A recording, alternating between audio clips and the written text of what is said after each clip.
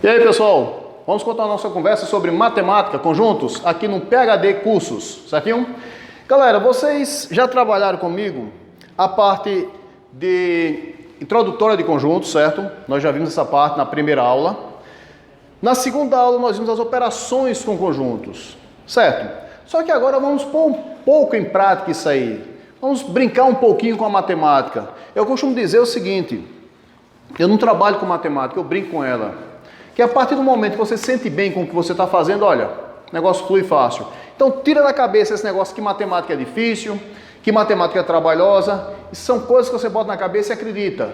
Tira isso que facilita, eu garanto a vocês que vai facilitar para vocês a aprendizagem, certo? Isso é uma dica de quem já teve essa dificuldade. E estou passando para vocês porque eu sei que funciona, certinho? Então esquece, mentaliza, matemática é fácil. Alguns vão ter mais dificuldade, outros nem tanto, mas todo mundo vai aprender, isso eu garanto, tá bom? O nosso foco aqui é deixar vocês dentro da faculdade, dentro da universidade. Então vamos passar no Enem, passar tranquilos. Então bora lá, pessoal. Nós estamos trabalhando com conjuntos. Esse material que eu estou aqui em mãos, vocês terão disponível para fazer download, tá? Então é só ir aí abaixo do vídeo. Vocês terão acesso ao link para fazer o download desse material, sem problema nenhum, para poder acompanhar, certo? A nossa aula. Aí aconselho, faça o download, tá? E vamos dar início aqui à resolução das questões. Nós temos uma primeira questão aí que faz o seguinte. Seja o conjunto A, abaixo. Vou botar aqui, primeira questão.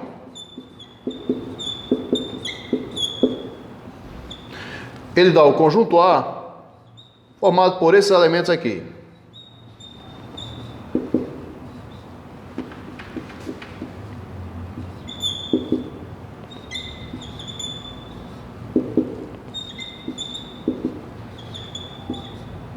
Ok?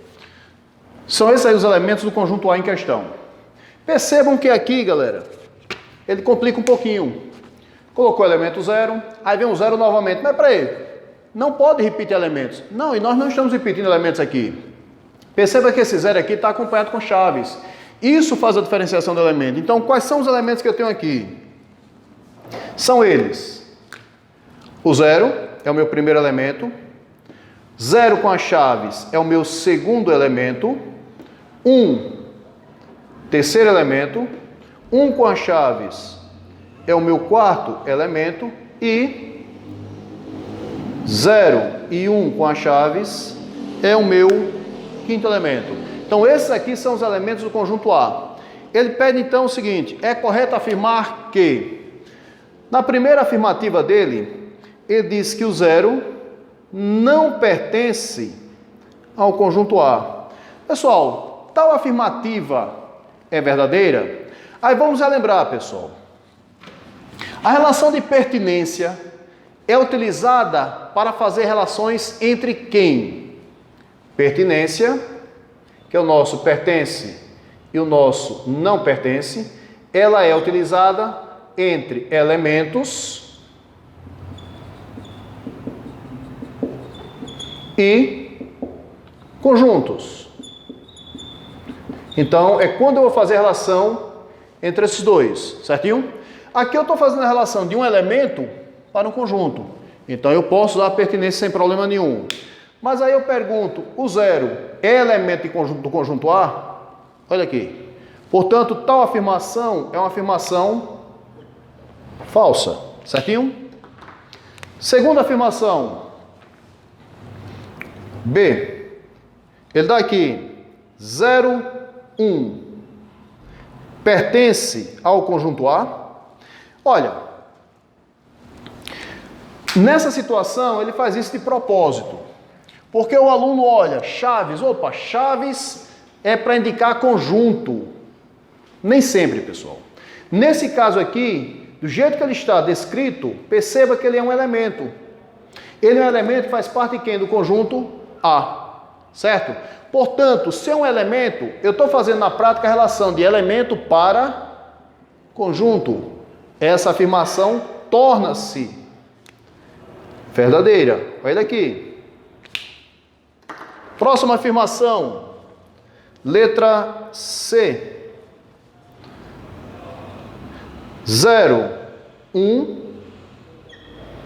não pertence ao conjunto A. Oxe, se essa foi verdadeira, essa aqui não tem nem o que pensar. Esse elemento está dentro do conjunto A, portanto, ele pertence. Essa afirmação é uma afirmação falsa. Letra D. A letra D diz o seguinte: os elementos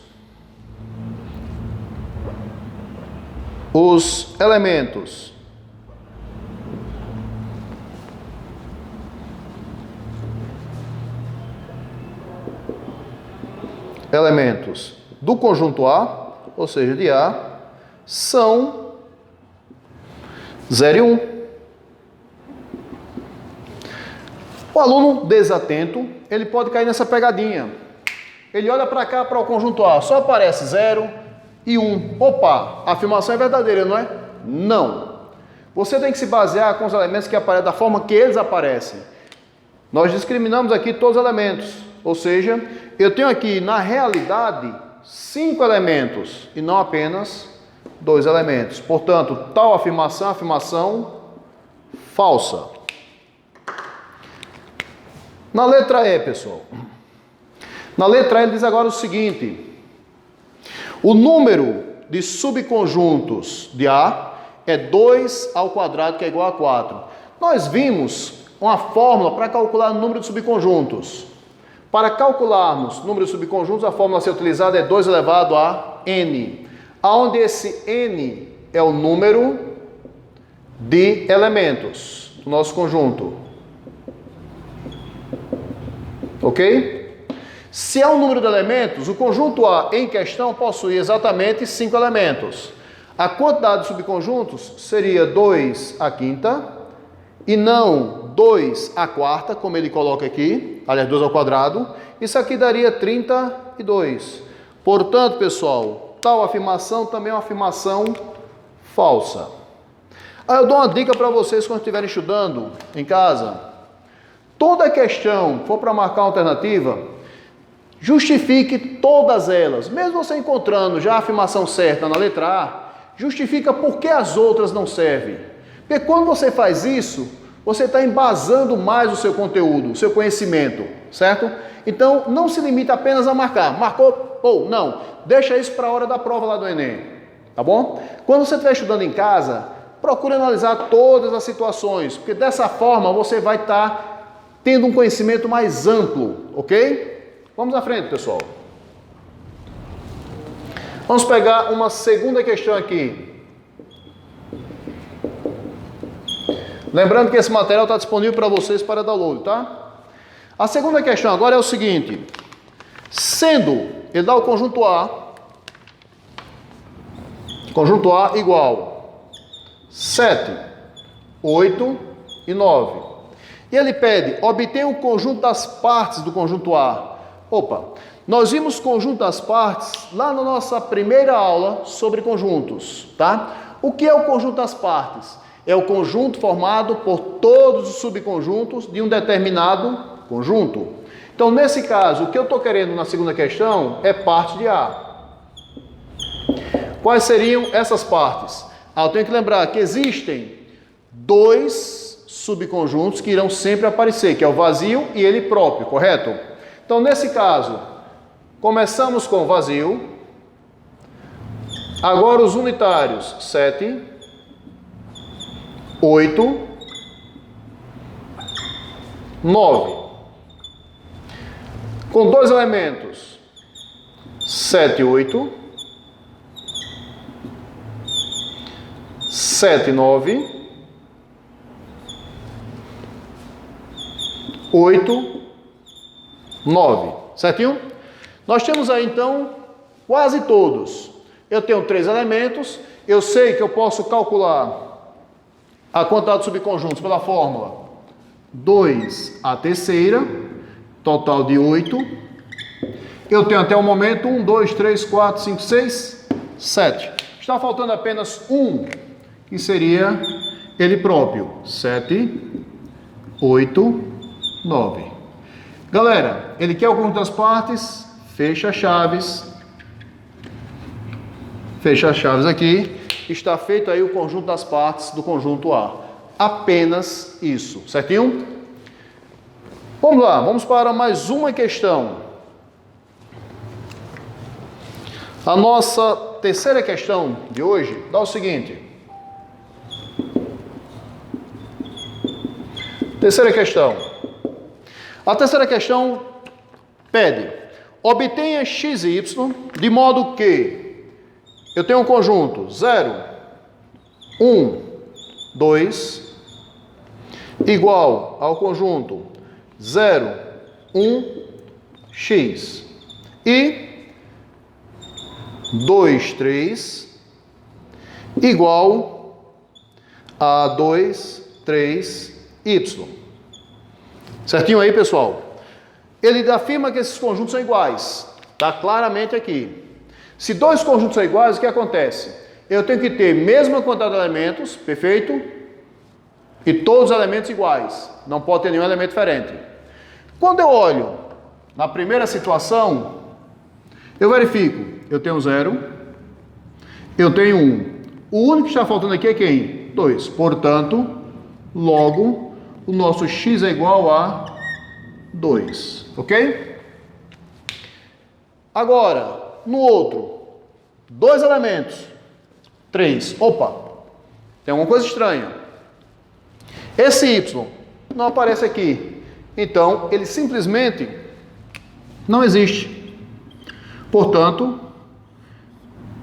a simbologia de não existe um x pertencente aos reais aqui nesse conjunto, certo? Simplesmente esse nosso y não tem. Porque para dois conjuntos serem iguais é necessário que eu tenha rigorosamente a mesma quantidade de elementos nos dois e os mesmos elementos. Eu não posso ter diferenciação de elementos, diferenciação de quantidade na igualdade de conjuntos, certo? Bom, galera, nós fizemos a revisão, uma revisãozinha rápida aí, para relembrar os conteúdos que nós trabalhamos anteriormente, certo? Além das operações de conjuntos, tá? Só que o foco para a gente agora, dessa aula, a gente vai para problemas com conjuntos. Isso é um assunto que é bem abordado no Enem. Problemas que envolvem conjuntos. Então eu vou utilizar todo o conhecimento que nós tivemos até agora, da primeira e da segunda aula, para trabalhar agora com os problemas. Agora vamos pôr em prática realmente isso aí, certo? Então vamos lá.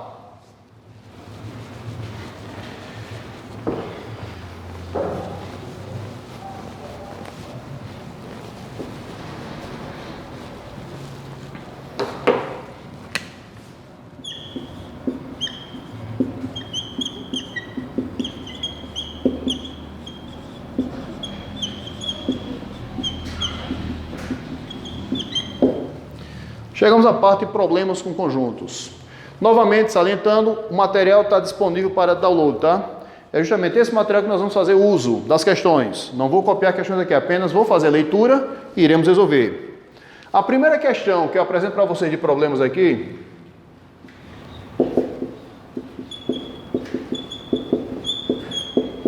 tem o seguinte enunciado. Numa pesquisa de mercado, verificou-se que 15 pessoas utilizam pelo menos um dos produtos. Quando ele diz pelo menos, é no mínimo um dos produtos. Produto A ou produto B. Então, total de pessoas aqui, nós temos 15.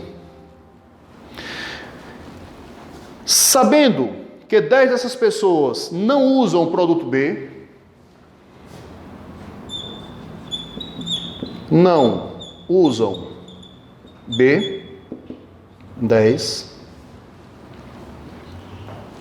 e que 2 dessas pessoas não usam o produto A, não usam produto A, 2 pessoas, pede-se qual é o número de pessoas que utilizam os produtos A e B. A e B. Aí, antes de resolvermos a questão, vamos fazer aqui uma pontuação, tá?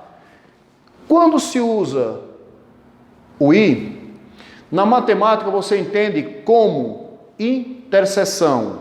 Então isso aqui seria a nossa interseção. Se fosse o ou, seria a nossa união, certo? Então, ter esse cuidado, essa clareza aí em relação aos operadores. O I seria a interseção, o ou seria a união. Então, o que eu quero, na realidade, é a interseção do conjunto A e do conjunto B. Na prática, eu vou ter o seguinte.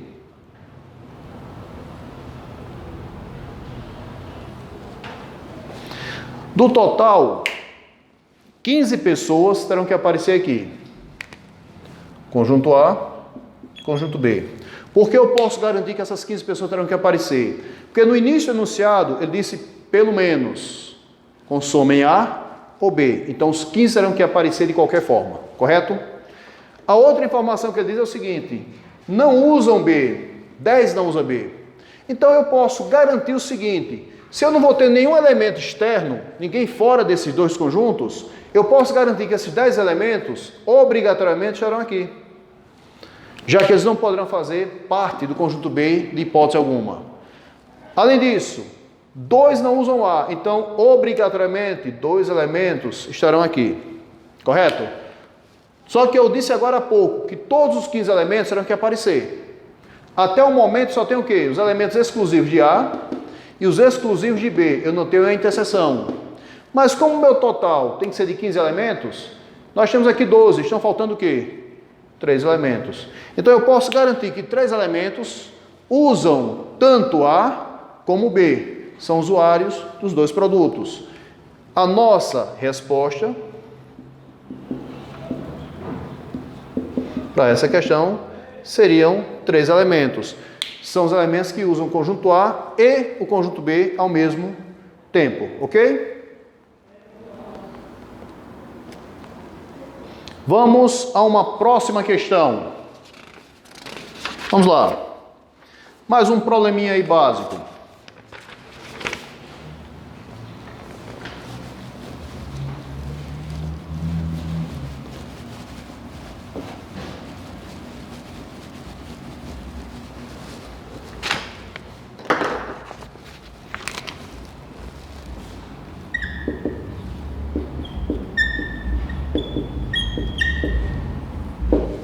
Nossa segunda questão, pessoal, dá o seguinte. Em um vestibular, 80 alunos acertaram pelo menos uma questão entre as questões número 1 e número 2. Então, eu já tenho um total de 80. Já posso garantir que esses 80 estarão inclusos ou na primeira questão ou na segunda. Sabe-se que 70 deles acertaram a questão número 1. A primeira questão... 70. Continuando. 50 acertaram a questão número 2. Número 2, 50. O número de alunos que acertou ambas as questões é uma outra dica que eu vou dar a vocês aí, pessoal. O aluno estranho. Peraí.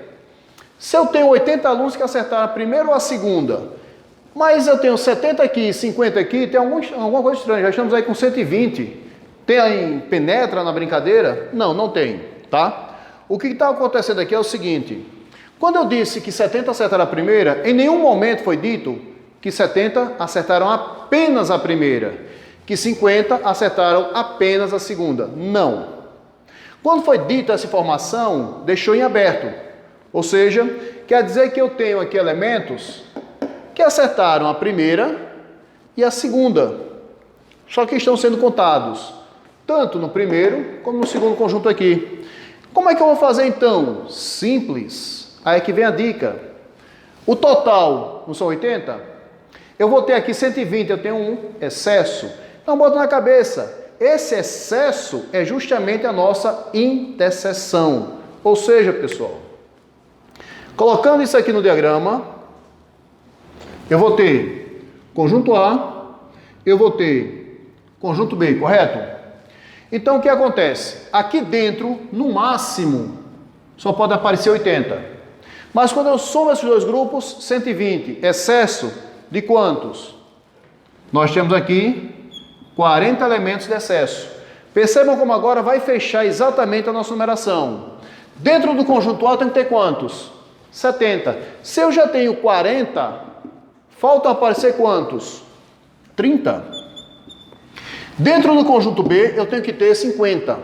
Mas eu já tenho 40, faltam apenas 10. Se você fizer agora a somatória desses três valores que eu coloquei aqui, fecha exatamente os 80. Certinho? Então está aí feita a nossa distribuição de valores dentro do conjunto A e do conjunto B. Então agora eu posso responder a pergunta dele, já que ele quer saber quantos acertaram ambas as questões. Resposta correta: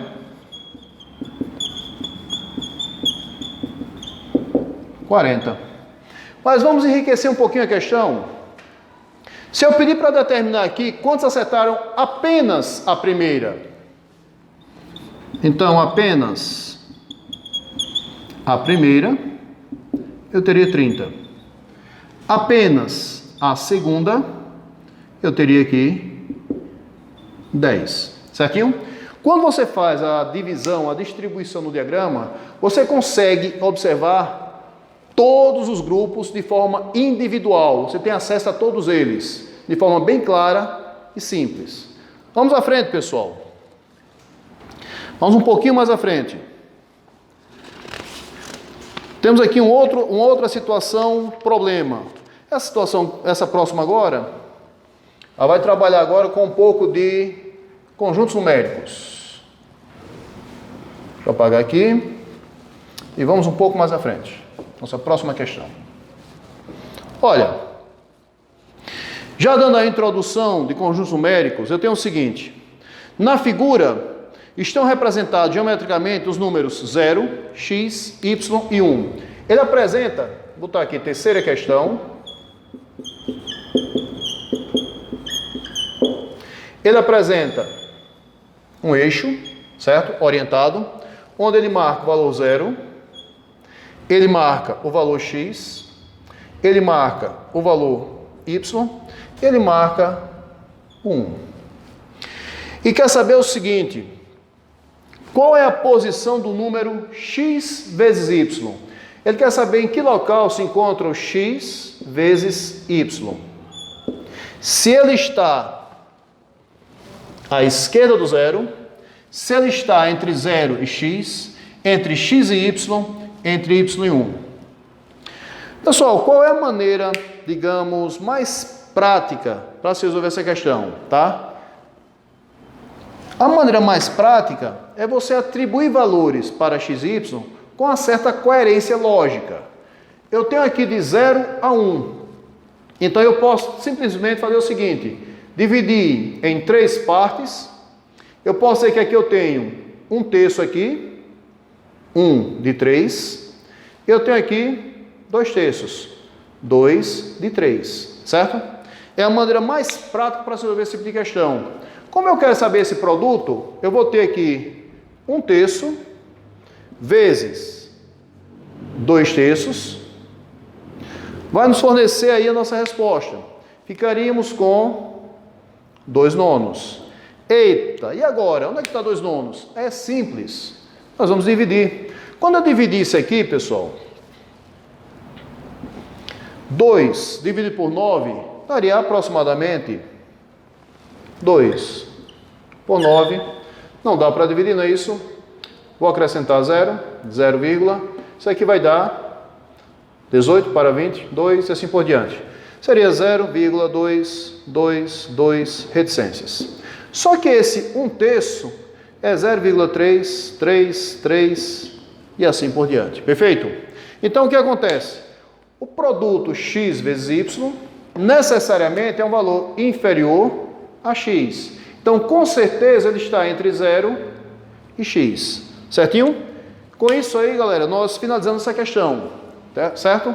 Então, até aqui já foi trabalhada a parte introdutória de conjuntos, já foi trabalhada a parte das operações de conjuntos e nós vencemos agora a parte de problemas de conjuntos, certo? Que é uma parte que cai com relativa frequência.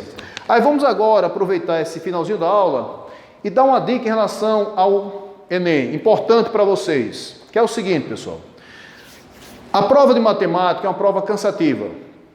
Ainda mais que ficou junto com a parte de química, física, certo, da natureza. Então, às vezes o aluno quer tirar um pouquinho a pressão da cabeça e vai para uma outra matéria, mas quando chega do outro lado, são matérias que também vai envolver cálculo.